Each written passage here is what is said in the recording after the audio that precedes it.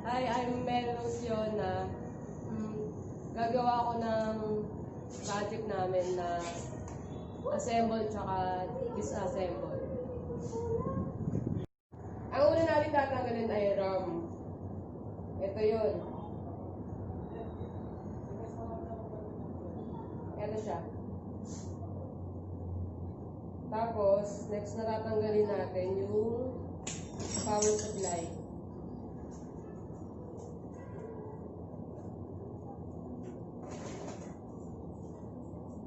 Ito siya.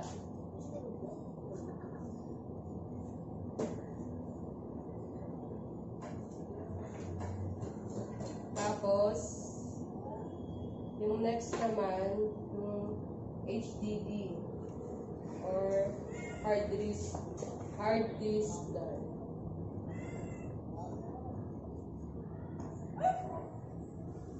Tapos, yung next, yung heatsink.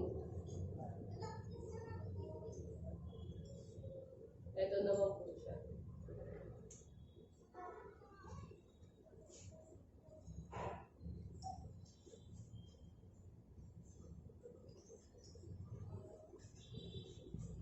Next, ito yung motherboard.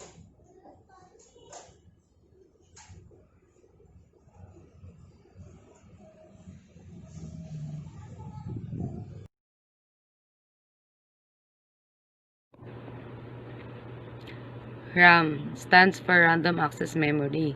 Nabibilang ito sa classification ng storage. Isa itong volatile. Meaning, lahat ng data nakastore dito is pwedeng mawala or for erase. Once na yung power nyo ay nakat ng system nyo.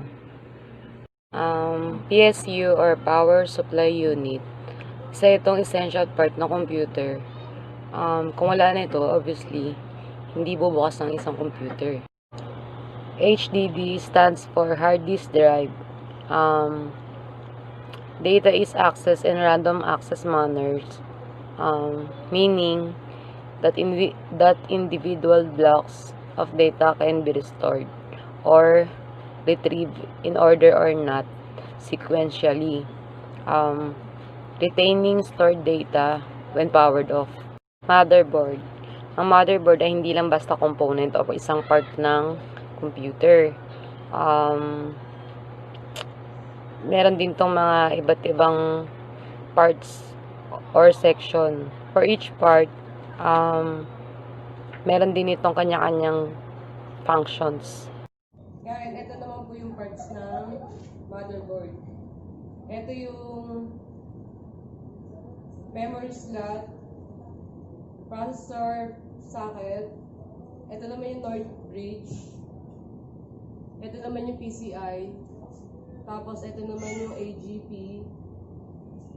ito yung CMOS battery, ito naman yung South Bridge chipset.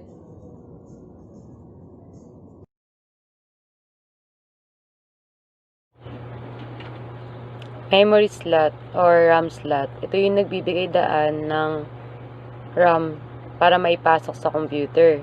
Minsan meron 2, 4, o higit pa sa mga high-ends na motherboard.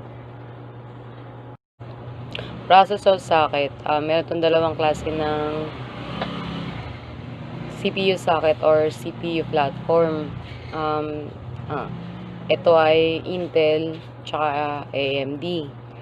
Pag meron tong mga butas, ibig sabihin AMD yun. Pero pag hindi siya butas, mga pin siya, ibig sabihin yun yung mga Intel. Bridge, ito yung responsive na humahawak ng communication sa pagitan ng CPU ng AGP at ng LAN memory. Si North Bridge kasi nakadirect siya dun sa directly component papunta kay South Bridge. Para sa South Bridge, papunta naman kay CPU at kay RAM.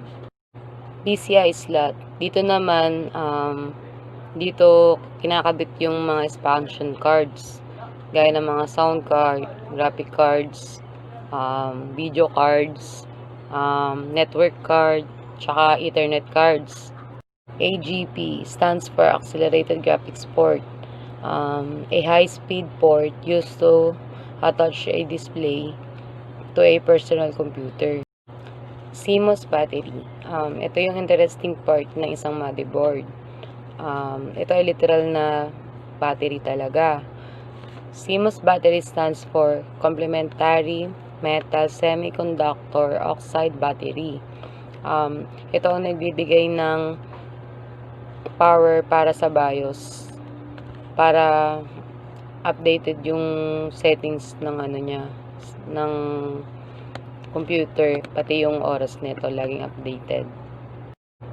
South Bridge, kailangan niya munang kumonekta kay North Bridge bago niya ma-access yung mga main components. Si South Bridge din yung mga pwede lang kumonek sa mga lower bandwidth. Ito naman yung back panel connector. Ito yan. Tapos, FDD. Tapos, ito naman yung ATX power slot. Tapos ngayon, babalik ko naman siya. Isa tayo sa motherboard.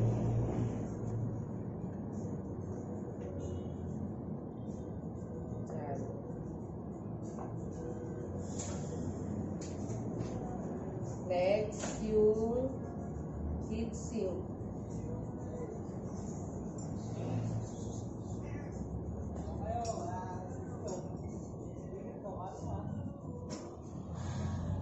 Next, yung HDD.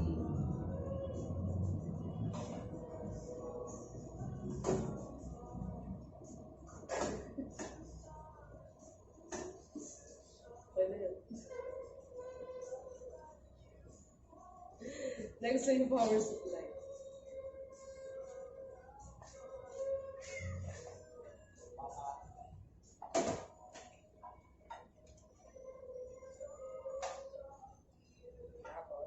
Then last.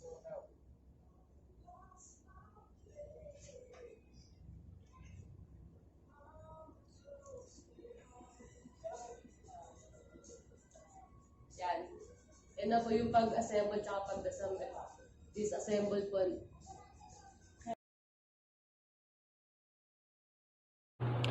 Back panel connector, or mas kilala siya sa I/O part. Dito kinakabit yung mga input or output component, gaya ng mouse, keyboard, printer, speaker, internet, mga LAN cables. Yon, para meron kayong makita na output sa mga computer nyo. FDD stands for floppy disk drive. A FDD is a magnetic media and stores and read data on the floppy disk.